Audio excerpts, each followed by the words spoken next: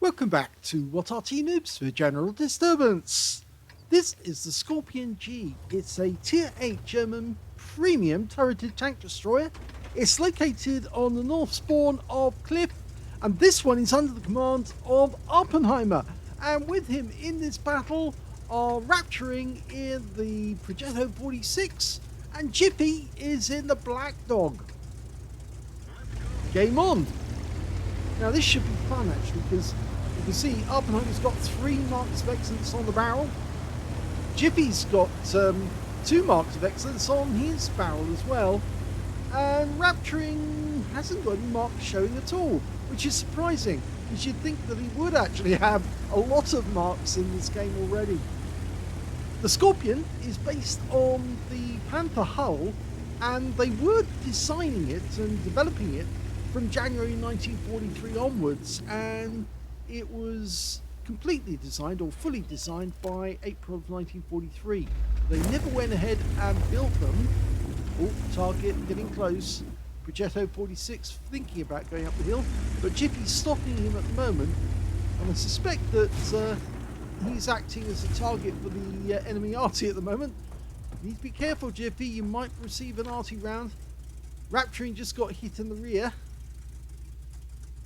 but he's made his way up the hill, so he's already up there. So Jiffy's just spotting them all at the moment.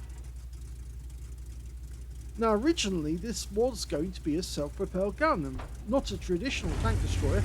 It only existed in blueprints, but the gun was actually a Kanonen. And if you know anything about German designation, Kanonen is an artillery gun, not a tank destroyer gun. That would be a pack.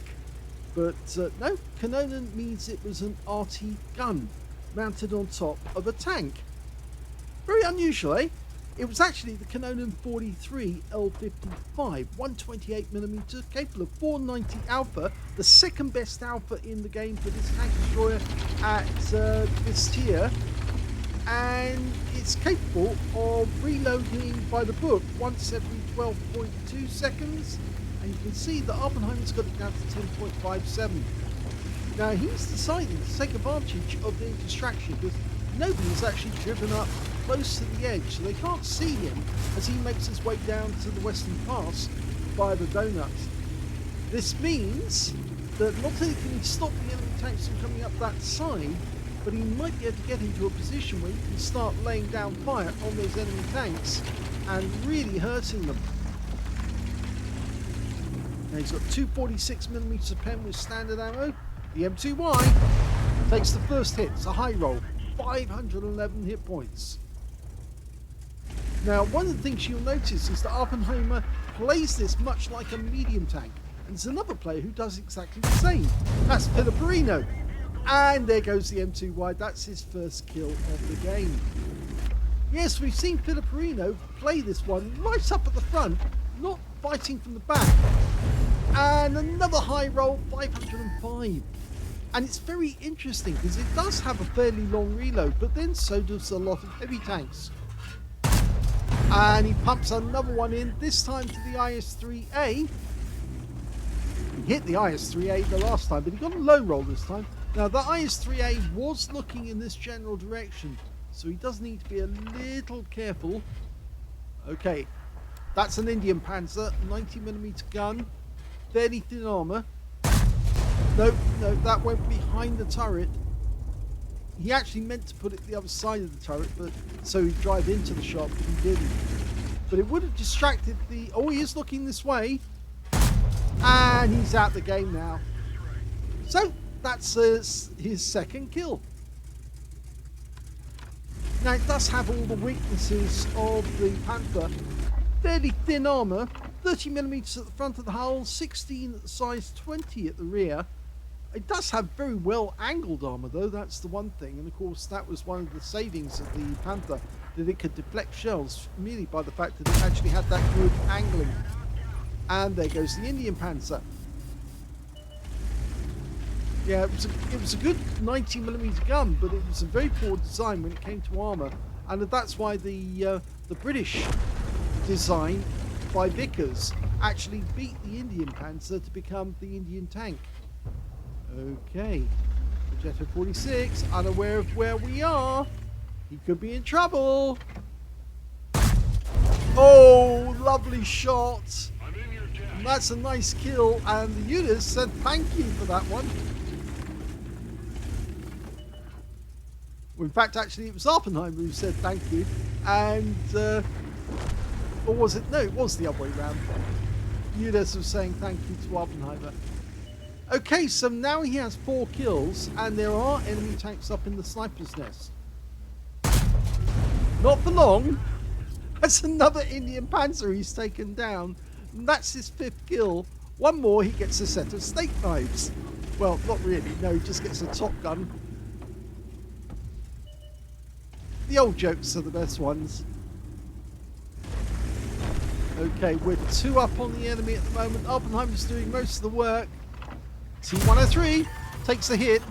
We took a hit from an IKV-90B up in the sniper's nest, though. He obviously saw us. But he's now going to suffer a hit. Oh, he's out the game! That's his top gun. He took the guy down. Okay, Rapturing's still in the game. Unfortunately, we did lose Jiffy at some point. We didn't see it happen, but he did. Oh, did he? Yes, he did go out the game. Just looking at the team list. Okay, so there's only 4 left. G-Saw, and a T103, the ELC-790, and Skorpion. We've been seen. Oh, pull back. Oh, he's going to take the shot anyway, and he gets a kill. That's his 7th. The moment that 6th sense went off, I thought, pull back, but no, he's going to work this position to get as many hit points as he can.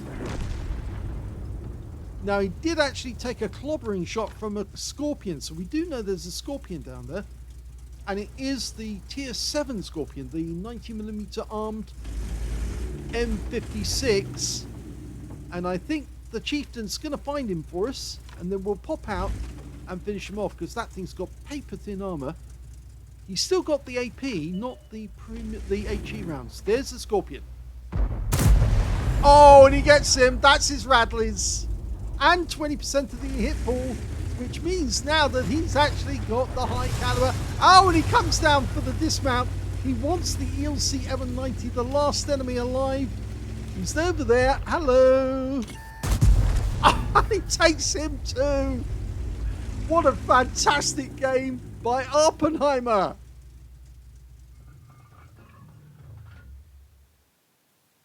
Well, that was a fun game to watch, and that was an ace tanker game for Awppenheimer in the Skorpion G.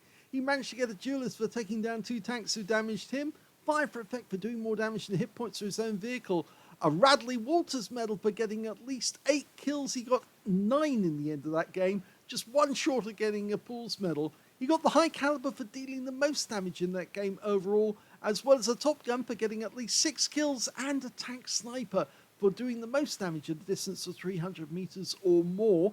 And his win rate from the game was 6,003, which is super unicum and a lot more. Let's have a look at team score. Well, definitely top of the table, 3,897 hit points of damage from Awppenheimer in that game. Second highest damage was Rapturing with 3,588, so he was doing a lot of damage as well. And remember, he was on top of the hill looking down on the enemy. And in third place was actually the IKV-90B that Awppenheimer took out of the game after he rudely smacked Awppenheimer with 1 90mm round. Awppenheimer got his revenge and took him out. When it came to kills, nobody could beat Awppenheimer. 9 kills in that game. That's 3/5 of the enemy team that he took out. And just 1 short of getting a Pools medal. Very, very close to getting it. Second highest was Rapturing with 2 kills. The G-Saw on the enemy team and 1 of their Indian Panzers. And only, what was it? Let's have a look. 1, 2, 3. So only 7 players on the enemy team actually managed to get a kill in that game. When it came to base XP, he's got that one as well. 1,291 base experience points. 1,061 went to Rapturing. They were the only 2 who managed to get over 1,000 base, with the Chieftain following up in third place with 966. I did say during the game that Jiffy actually went down. There he is.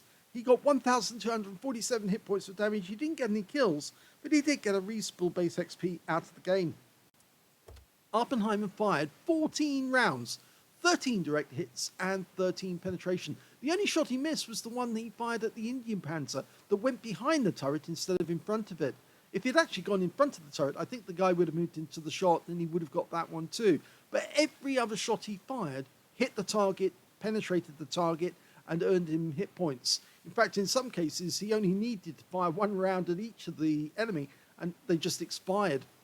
3,897 hit points of damage, of which 3,342 were at more than 300 meters. So you can see the majority of the damage was done at very long range. Of course, the close shots were definitely on that ELC 790 right at the end of the game, because he got that one very, very close to him.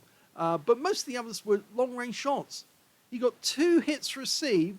Both of them were penetrations. This is a bit of a glass cannon. I did say that at the start, that, well, not during the game actually, that it doesn't have much in the way of armor. You don't want to get hit in this if you can help it, but it's not as bad as the SU-130PM, because I have actually, as an Arty player, I've taken out a Skorpion G with one shot because I actually landed the shell directly inside the open cockpit. The SU-130PM, well, you just need to hit them anywhere on their vehicle with an HE round, and they expire virtually immediately. But the Skorpion G does have a chance of surviving, depending on where the shot actually lands. He got 9 enemy vehicles damaged, 9 killed, and 403 hit points of damage assistance in that game. And he earned a whopping 109,003 credits from the game as well, 35 bonds, and he took away 6,003 XP out of it as well. What a brilliant game that was, just short of getting his Pool's medal. He would have got it if there'd been another tank to take out, but sadly there wasn't any left. They'd all been decimated, either by his team or by him. So very well played, Awppenheimer. Hope you enjoyed that replay. If you did, please give this video a like. Do subscribe to our channel. Leave a little comment down below because it feeds the algorithm. And thank you for watching.